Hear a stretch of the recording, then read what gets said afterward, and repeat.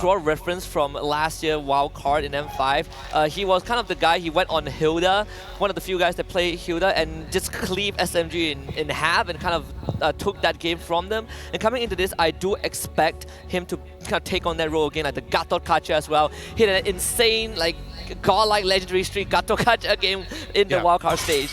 So we mentioned there earlier, there's the Hilda that you brought up, that these two teams would love to control the river. So the bans right now are some of the best picks in terms of controlling the center of the map and the jungle. Yeah, but if Osprey, I mean, if Ulfwenar does not ban out this Cho, could be a definite first pick for the side of BTK here. Suyo also open. It's been something that MLBB has been definitely liking. On the other hand, they go for the Hylos. This is a pick that, honestly, I could be a little worried about.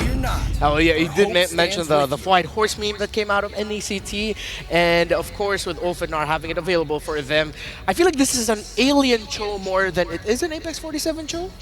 I feel like it could go both ways still. Oh, still, it's not a sure thing. Okay. Yeah. I feel like it's more towards Apex 47. I know Alien has shown it a bit, but not much, right? It's a definite flex for Ulfwenar, so it's a very, very strong pick for them. The Suyo, again, like Trex mentioned, still on the table.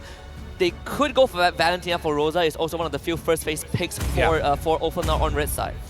Don't forget though that Ulfwenar has shown that they are comfortable with playing with a Pharsa in this current metagame that is filled with assassins. The Bruno is the rush for Ulfwenar. He has risen to be the most dependable marksman, it seems like, in this current metagame. So two very dependable picks on the side of Ulfwenar already. Bahoon's going to take the Luyi, make sure that Rosa doesn't get it, but not only that, do you see what we're looking at right here? Fredrin is back, BTK is back. How do we feel about it? I've been hearing rumors, I've been hearing possibilities, but I don't know. I don't really know I don't really know as well. Like looking at this Joy pick, we've seen how you can deal with Joy, right? She's no longer invincible in the ultimate. You can't be immune to crowd control anymore. Plenty of ways for BTK to kind of stop TNZ in his tracks. You got the knockout from Fredrin, you got the Law and Order from the High Laws, you got this Yin Yang reaction, you got a dash right through. It is a bit of a different twist from Ulfwenar. I wonder what they want. The interesting thing about that is that, remember during the tank fighter meta days, when you're Fredrin in the jungle, you love seeing a Joy in the opposing jungle because you control the heck out of that Joy. So for Ulfwenar to pick the Joy into the Fredrin, if it is a Fredrin jungle, it's a ballsy move. Oh, I think it's definitely a Fredrin jungle. I think we go Concussion Blast on this bad boy. Yeah. And we just start outputting. This is already a comfort pick from Zane. The question is does it still hold up in the meta? You do have some big burst damage possibly coming from this Bruno. You have some possibility still for Ulfwenar. We're on the second phase of bans, though. Ulfwenar taking out the Moskov. There is still a Beatrix open for Zia here. It's something that he has fallen back to for comfort before. On the side of BTK, I think we go into another possible EXP lane ban here. I agree. I think the choices for marksman, at least for the side of Ulfwenar, there is still the Natan that Sunshine has shown, and it has been one of the hot commodities during the wildcard stage when you want to go that late game. But again, well, I forgot the Bruno is there, so Natan is out of the question. So there's still Rosa's pick, right? The Valentia doesn't look that good anymore. Lilia. Back to the Lilia? We could go back down that route, right? Against the jungle, it used to work, and it's a favorite pick for Rosa. I know it's not meta right now, but it might help again, because if BTK decides to go into, definitely Harith is still an option for them. And if there's a Lilia on the other side, the Lilia will give the High Loss, the Fredrin, and the Harith a lot of difficulty. And then that'll force BTK to switch into a different magic damage jungler. The lineup of BTK to me screams like they definitely need magic damage in the jungle. So instead of going for the Lilia, they still go for the control and the still relatively good amount of burst in the Aurora. And that is still good for slow front-to-back style of lineups. And I mean, the Aurora overall, I think, is one of the top tiers right now outside of the Eve and the Jushin. And what it supplies against some of the other fighter junglers, it will still supply against the Fredrin. It will still supply against enemies that just want to walk up to you, right? So a decent answer. Here comes the Granger. All right, so do we actually think the swap could come? I do not. I think it's going to be Zia Granger, but I know the fans are hoping maybe for something different. Yeah. No.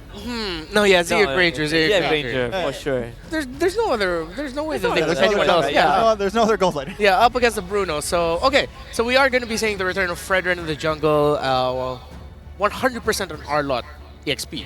Yes? Yes, Is it Rome Hylos? I And do then Rome prefer the Hylos. Rome Hylos to a certain Oh. degree. For sure, you can match the Cho. Well, you can't really match the Cho in terms of mobility, but you definitely have this guaranteed control that stops the Cho from moving, stops the Joy in place. Yeah, look at that. Glue is the last pick. Up against a slow trotting lineup. That's actually great. Can't hear what we think, but Mirko, bring it up. What do you guys think about the draft? Thank you so much to our panelists. And again, we're heading into the second series of the day between the Turkish All-Star and the returning BTK. What do we think about the draft? I mean, we're seeing the Joy for the second time, but we're seeing the Fredrin as well for today. That's a bit surprising for me, if you would ask. I agree, man. Yeah. I mean, to be fair, is it really surprising? If you know MOBA Zayn, the biggest criticism from everybody, a lot of his haters, they say he can't play Assassins. And yeah, that might be true. That's why he's called MOBA Fred. So we'll see how good MOBA Fred is here on the Fredrin in the Land of Dawn for a best of one. Yep, definitely they had to force out a response here from Ulfenar. We're seeing the glue being picked up even as a way to respond to all this. And yeah, it's MOBA Fred coming back here, and he's facing off against Tianzi, both junglers who I think we really need to watch out for because they're very keen on getting that jungle control and advantage in terms of the farming. But how efficient will our XP laners be in the early game, in the early skirmishes? Because if you were to look at the glue up against an Arlo, what are your thoughts about this matchup? I mean, the glue against the Arlet is a matchup where, I think for the Arlet, mainly, you don't really want to go for any trades here. All you want to do is farm up, wait for level 4, and then participate in the fights. Yep. I think most of the fights we're going to see in the mid lane. This is a very aggressive Loyi Hylos against a very aggressive Cho and Aurora too. So it's all about the mid lane here, and you can already see that Lethal Ignition and Bargain Hunter. Man, Hoon is going for that snowball for sure. He's doubling down on the early game power of the Loyi. Yeah, and how will Hoon create all this space, especially with the Lui, one of the best mages who you could rely on in terms of doing that. So they can really take Ulfenar by surprise every now and then whenever they want to. But then another thing I think we have to really watch out for is Zia once again showing us another Granger Gold. Earlier, it wasn't as successful, but all things considered, the lineup right now that Bloodthirsty Kings have decided to field for this game, it seems like it could be a little bit more coordinated in terms of whenever they want to pick the team fights. It's also much better as a front-to-back composition. But Tech's good read on that. It's a Shunpu out here. And I do want to talk a bit more of the Arlet pick, right? Because the Arlet is something we don't really see too often nowadays, but with the Fredrin in the jungle, it does make sense for you to go for the Arlet. You get so many resets. Especially because pops in Revitalize, goes over to Stun, the final slash will connect on the Tianzi. Full lock up there, first blood for Hoon. That was unfortunate. The sustain was still there for Shark. He had his Revitalize ready. And now Ulfenar, they lost one member just right before this turtle. But it seems like they're still staying aggressive as ever, trying to disrupt Moazine from getting his purple buff, but still he'll be able to get it either way. So we may potentially see that once Tianzi gets hold of his purple buff, will they try to still attempt for this turtle contest? I guess we'll see. Apex is walking up, no level 4 just yet, so no way of the dragon. Goes in for a bit of damage. Diversion into the back right now, full flank with the glorious pathway down. Who's going to be able to put up some damage as Alien goes in for split. Zayn still looking for the red tree. Tianzi walking up as well. It's a 50-50. Jikundo over red tree. MOBA Zayn wins it up. The split onto him, now mounting MOBA Zayn. Shark in the midst of it all, still caught there. Just get away the dragon to bring him back, and that's going to be Tianzi picking up the kill now as Hoon goes in for the Yin reaction. But Apex 47 dives in, and Chicken will be able to flicker up for now. Alien gets the immobilized, forcing Chicken to go for the vengeance, and Apex takes him down. Bloodthirsty Kings, they get hold of the turtle, but I believe Ulfenar, they're really happy with the trades that they got. Bloodthirsty Kings, they were able to create that proper zoning. They were able to look for the members. They were able to zone out Rosa, but they gave Ulfenar enough time to actually regroup and for Tianzi to even catch up to that team fight. He didn't go straight to the turtle right after securing his purple buff. He was also trying to get his orange buff, but even then he left it. He said, all right, I'm just gonna join, and that rewarded Ulfenar a lot. Definitely did. They just played it super slow. They wanted to get the mount before going in. That's the thing, right? When you're up against a Spreadgen on the Joy, you want to come in as the assassin. You need to come in last. If you come in early in the fight, there's so much CC from BTK, and you can already see it over to Apex, TNZ. Walking up now over to Hoon. That's a Frigid Glacier to set up for the electrifying beats. Onto Zia now. Apex getting a good kick over, but the Purify gets him out. Zia still kiting away. Apex very low. Shark unable to go and march in forward. Zane will be able to get some damage down onto Alien, but that's about it.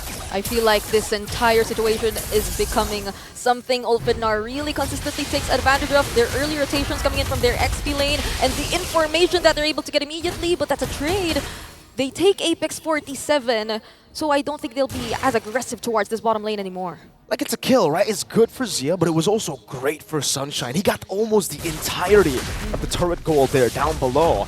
And we saw how the Bruno matchup against the Granger played out just earlier, so... Again, that's going to be quite concerning, you know, giving Bruno gold in the early game once he gets the Milfic gun. Oh, I don't know, man. Sunshine, he might actually be able to rival Mr. Siggy Boom as, you know, the Turkish Trigger Man. I mean, earlier we saw towards the late game, at least 3 basic attacks being enough to take out the late game Granger, and I think we're seeing Zia going for the exact same emblem combinations even, but who will be able to take hold of this turtle? Both teams are able to see each other right now. Level advantage, that's a G Kundoma. Mobazane gets it. The last hit over with skill 1 in the red tree. Chicken walks in with vengeance, and Alien will just disengage. Neutral objective control for BTK. I think Mobazane's here to remind us of how reliable the Fredgen is when it comes to getting these objectives. That's a second consecutive turtle that Mobazane was able to secure for his team. So I think regardless of the more successful engagement, hold on, Rosa will he be able to get out of this? Whoa! Close, very close. Has to use the flicker. And Apex will be able to grant him some safety up top. Chicken should be able to survive this. There's no real kill threat here.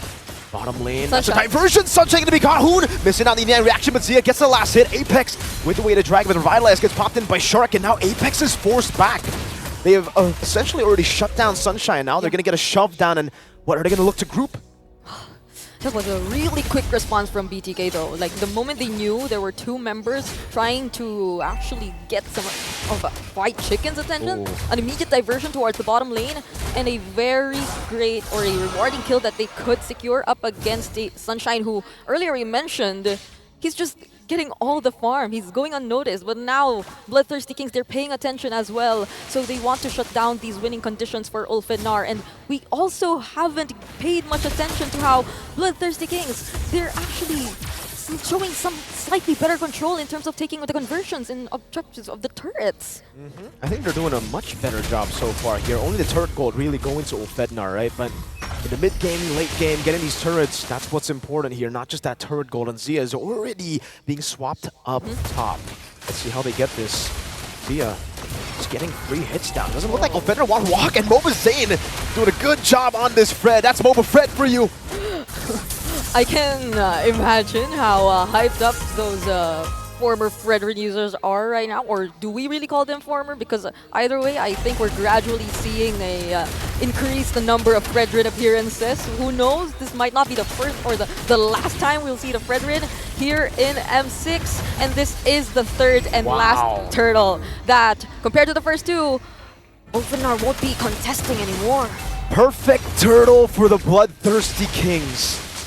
3 for 3, and now they play the slow game. They're just waiting for Zia, I would say, right, to get to those item power spikes. It does seem like for Hoon, he should be already on it. So, I don't know, man. It's just a slow game at this point, right? They just want to outrange Ulfidnar, and they want to peel for Zia. Yeah, and it's Protect nice. Mr. President. It's nice to see, like, Bloodthirsty Kings gradually adapting to this kind of playstyle. We know for one that if it was White Chicken we're talking about, the eager one to make the plays, the one who wants to go for those really aggressive XP laners, but it seems like they're adjusting really well to this high loss XP gameplay that they're showing us. They're really able to protect the key members we are actually watching out for here in BTK and pick the right team fight. Speaking of, alright, that's another diversion play they do up top. So right now, the problem for Ulfidnar definitely is how could they expect all these team fights that will come from BTK? And now that they're struggling to get the pickoffs, they're struggling to get the way of the dragon towards towards Zia. But speaking of, that's an attempt though. Great final slash to Flicker. Now Rosa going to be caught. White Chicken just staying on him. The way to Dragon appeal, but now the vengeance and the last shot. Rosa is down. Sunshine gets a trade in the bottom lane. That's a tier 1, but still, Bloodthirsty Kings definitely leading here. And I don't know, Brigitte, but BTK, this team finally coming back on stage. Yep. The color scheme, the stage. It really, I don't know, this tournament feels a whole lot like M3, man. You can see Chicken walk up again, get in the final slash, baiting out the Purify as well. Hoon going to be targeted down by TNZ, but he's still able to get the yin-yang reaction and get some shielding, and he will be able to escape for a bit. Hoon did the shielding again. Oh, the stun coming in, TNZ! Outplayed by Hoon and Shark with the Revitalize, and now it's a full dive. Appraiser's Rat from Mobazane. Chicken going for the kill, and that's a stab from Mobazane. He will be taken down. Chicken gets out though, and it becomes a great trade for BTK. That's a 2-for-1, and they only lose their tank jungler. And they immediately convert and take out some of the remaining resources from Ulfidnar as well. BTK, they're that much ahead that Hoon has the liberty to just throw out all those combos to get those shields and sustain these attempts from TNZ. It's not something you would typically see for a Joy who's able to isolate his key targets. But just with Shark beside Hoon, he was able to sustain everything. And this might be a very difficult situation for Ulfidnar if they do want to go after this Lord. TNZ though, he's one level, oh no. He is one level ahead of Mobazane. You still have the clear speed, right? Way better clear speed compared to Fredrin. The only reason Zane is able to actually be just one level down is because he got 3 turtles. Yep. If we didn't get the 3 turtles, maybe we would see like a 3-level dip for TNZ here. But hey, now he's equal actually to TNZ. He will be on the Lord. They're actually playing with the Mobazane, walking up. Gotta go for a bit of a trade here. The Lord has been taken very low. A quarter of its HP. Zia still holding on to it. The Lord dance is a bit tricky nowadays. Oh. The diversion into the top. Alien's gonna be caught. A full dive into TNZ. Has the damage. Electrifying beast. Zia. That's a bad spot to be in. Zia assassinated. Now Shark mounted on as well. Mobazane, unfortunately, unable to survive. Sunshine go for the free hits now as he is free hitting the entire fight. Shark will fall as well. Sunshine with a double. Hoon Purify now. Sunshine with the chase. TNZ very low. White Chicken waiting in the bush again as Ulfednar take control of the game through Sunshine on the Bruno. That might have not been the best target here for Bloodthirsty Kings, or probably if we were to like rewind it a bit, it seems like they were really trying to go after TNZ, but they did not have as much idea. That Alien was also there, that Ulfidnar, they were already all around that area trying to position themselves prior to this Lord, and unexpectedly they will be able to take hold of it instead. So it's Bloodthirsty Kings who will be having to defend for this first Lord, but definitely they will have the resources, they have the range to do so, but Ulfidnar, they wouldn't want to miss this opportunity to at least attempt and even out the map. Definitely, Ulfednar, you know, the way that they have been able to utilize the Bruno and the wild card. We've seen how brutal Sunshine can be on this Bruno, and so far he's been farming, waiting for that item power spike. I wonder if he has the Melfic gun already. I'm gonna have to check real quick, and he does so. Melfic gun power spike online now for Ulfednar. It's a battle of the front to back, honestly, at this point, right? TNZ will have more ways to actually try to assassinate some of the members from BTK. But Ulfednar's front to back, it's kind of a different version. BTK plays a front to back with a lot of frontliners. Ulfednar played a front to back with a lot of assassin backline threats. Yep. So TNZ essentially becomes kind of a distraction. Yeah. So that Sunshine can free hit like we saw earlier. Yeah, and for Apex 47 to actually find the right targets this time around, I mean, they can be slightly more aggressive compared to earlier, but they decide to go for the diversion towards the purple buff. Rosa gets caught, Apex gets away with Dragon now, and Sunshine is completely zoned away. Apex with a flicker out, Alien split to escape, and it will just be a 1-for-0. The Lord advantage from Ulfednar, they were able to get some turrets, but BTK fend off the tier 2 in the mid lane. Honestly, those those very decisive diversion plays can either go like really good or really bad for BTK, and that was an example of a really good diversion play. And as much as they probably had an idea that majority of the members of Ulfidnar were there, it's also probably Ulfidnar not expecting that they'd actually teleport there and pick a fight. It's a tough plan to go for. Like Bloodthirsty, we saw the gold lead immediately just disappear with one wrong diversion. Yeah. But one good diversion can turn the entire game around. Yeah. For BTK though, they don't actually need to rely on the diversion that much. They can actually just play the normal front to backs as long as they keep Zia intact and as long as they actually save some of their CC abilities for TNZ. this Joy is going to have a tough time diving into BTK. Yep, and honestly, that's the play that has continuously punished these attempts from Ulf and Nar. The proper timings of the final slash, but they find Alien! Alien just got disintegrated. Sunshine sniped down. That's another. Oh! Almost threading the needle. Apex 47 able to body block.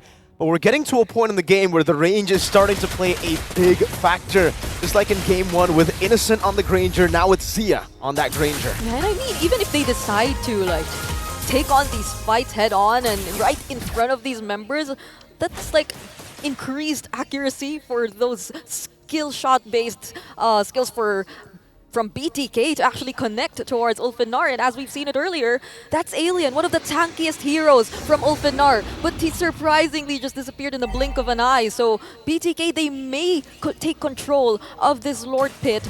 And could this be a much more successful attempt at taking the Lord compared to earlier? They gotta play with the poke. I think, you know, they have all the tools to make it better than before. They just gotta play with Zia and Hoon. They have so many ways to chunk Ulfednar low before the fight even happens. Because for Ulfednar, it's really all about engaging. It's really all about destroying that front to back. If you poke them out of these fights, they might not even be able to do that. And you can see with the advantage they have in the side lane, yeah, Ulfednar will have to deal with the mid lane, will have to constantly rotate into the bottom lane later on as well. BTK have the control. 3 members are just hiding here in the left mid bush, but it seems like they have a different plan in mind. Sunshine! Oh, gonna be caught in the flanks. Hoon with a diversion that might have just won them the game. TNZ in the midst of it all. Chain CC'd. It is the mount on Shark, but you do not mount a horse without getting tapped down by the man who plays the horse. White Chicken takes him off. Alien is down. Apex will be forced to recall, and BTK get the 2 for 1. And that clearly is a win for BTK here. Will they proceed with taking the Lord? Because some members seem to be running after TNZ right over here, but TNZ will still take him on. Great electrifying beats and the winner crown too. Now it's Rosa who walks in forward. TNZ again taken down before he can go for the kill. Now Apex looking for the play, goes over to G Kundo, just buying a bit more time, and BTK will be forced back because of the damage that TNZ has done. And you said it, they bought time. They bought enough time. Sunshine is now back in the game, but that's a quick diversion once again. Will they find Apex 47? They do, but he gets to Jeet Kundo out. So they regain control of this Lord, and now that TNZ's gone, they will clearly take it for themselves. Not unless Ulf and Nar, they still want to attempt and take on a team fight. No, way too dangerous. Good glorious pathway, and BTK take the enhanced Lord in the 16th minute of the game. That's Boba Fred for you, getting the neutral objective. And now it's back to where they started when they had that gold lead. 2.6k gold lead over the BTK as they build this Lord advantage. We're seeing a very systematic gameplay once again from Bloodthirsty Kings, but in some parts, a slightly experimental approach towards playing the game as well. We're looking at really good gold in the hands of key members of BTK right here. Hoon, you mentioned it, he's already completed all of his items compared to Rosa. Clearly struggling right now and trying to position himself as the Aurora.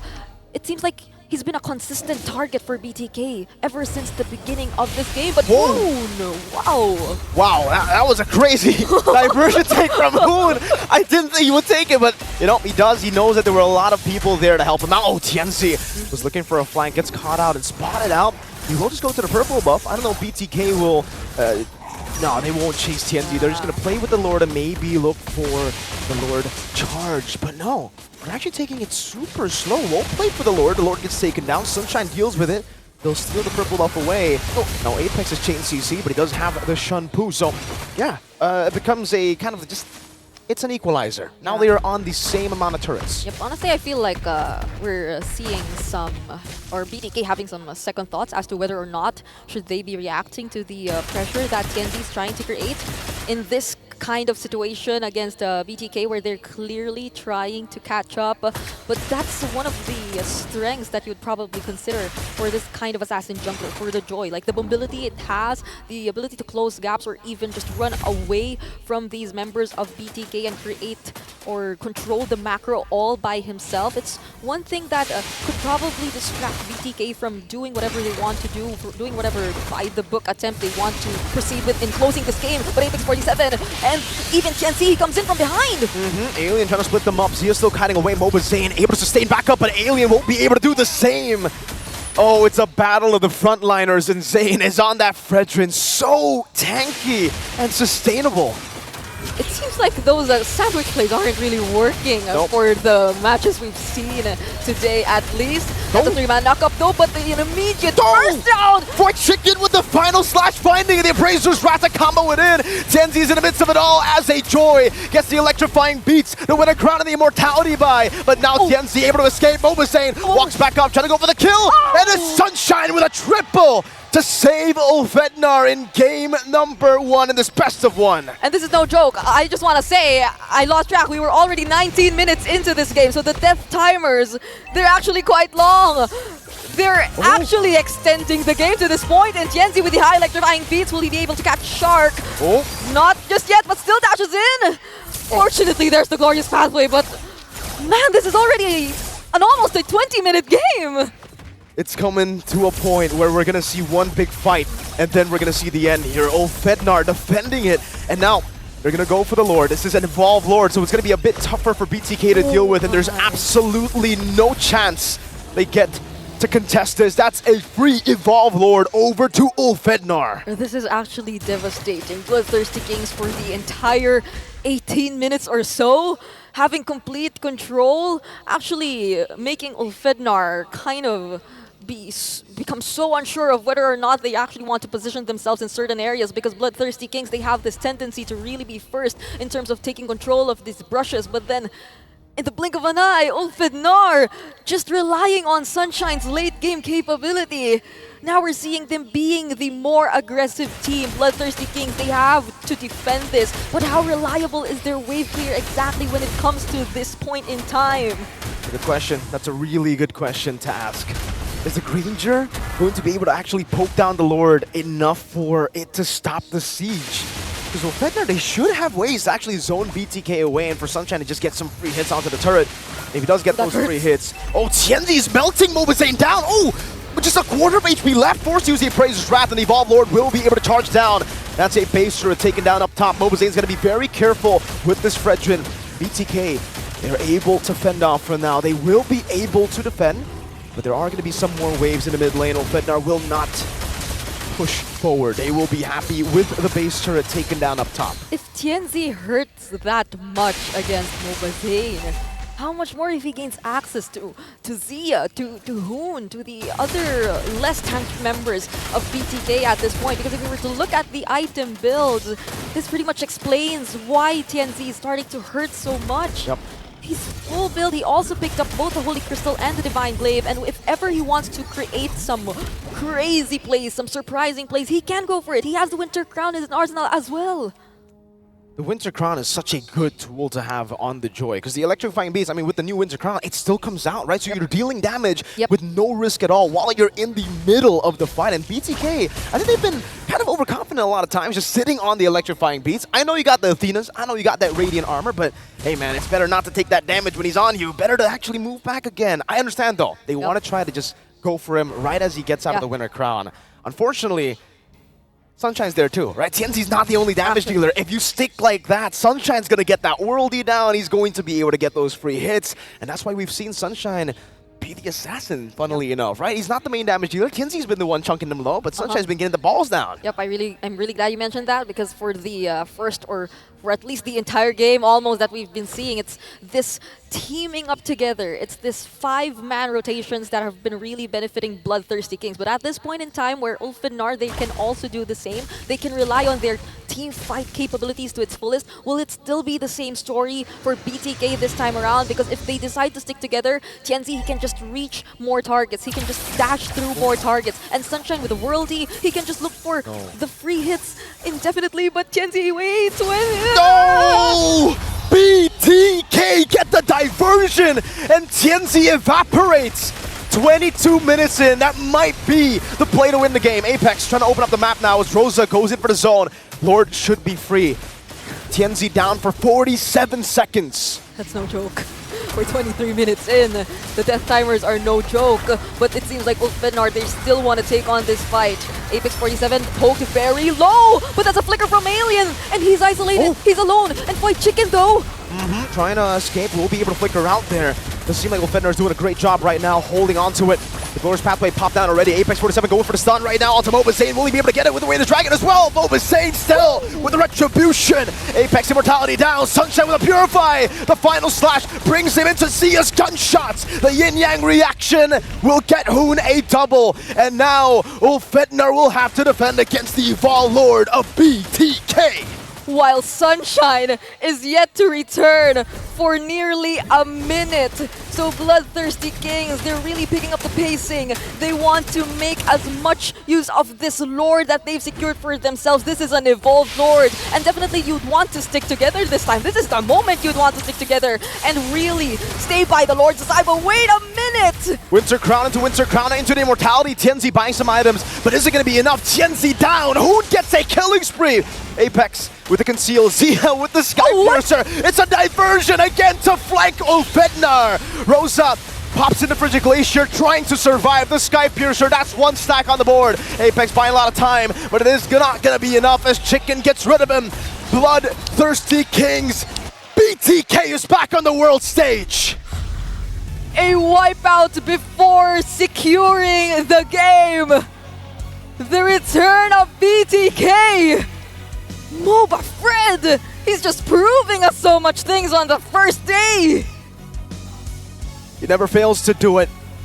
Every single time. Able to just shatter expectations on stage. You know what? There's something with this team. I'm just so glad we don't have to do those series predictions. We're kind of safe from doing all that, but how about the panel? They're not safe from doing all that, so let's ask them about their thoughts regarding this game.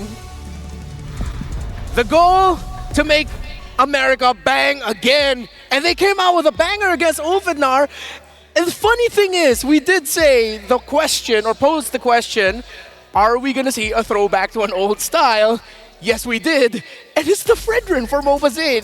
The tank fighter jungler has returned, and that's what BTK is rolling with. Yeah, the concussive Fredrin, MOBA Fred, back at it. I am 100% positive that when he picked that up, the memes were going on in chat. The YouTube chat was, oh, only knows one hero. Well, that one hero just won their game against Ulfvednar, and it was well played. I mean, that was a great game. We won, what, 22 minutes? 25. How much? 25? Close to 25. Minutes. 25 minutes back and forth, edge of my seat.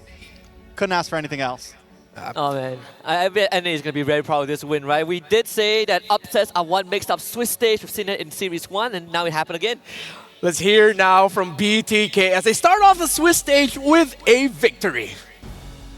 An amazing win from BTK. Right now, I am over with Hoon, and when he got the mic, when he got beside me, he was like, I'm still shaking. Okay, now Hoon, why are you shaking? What's happening? Why with the adrenaline rush? It's mostly because the characteristic of the hero that I'm playing.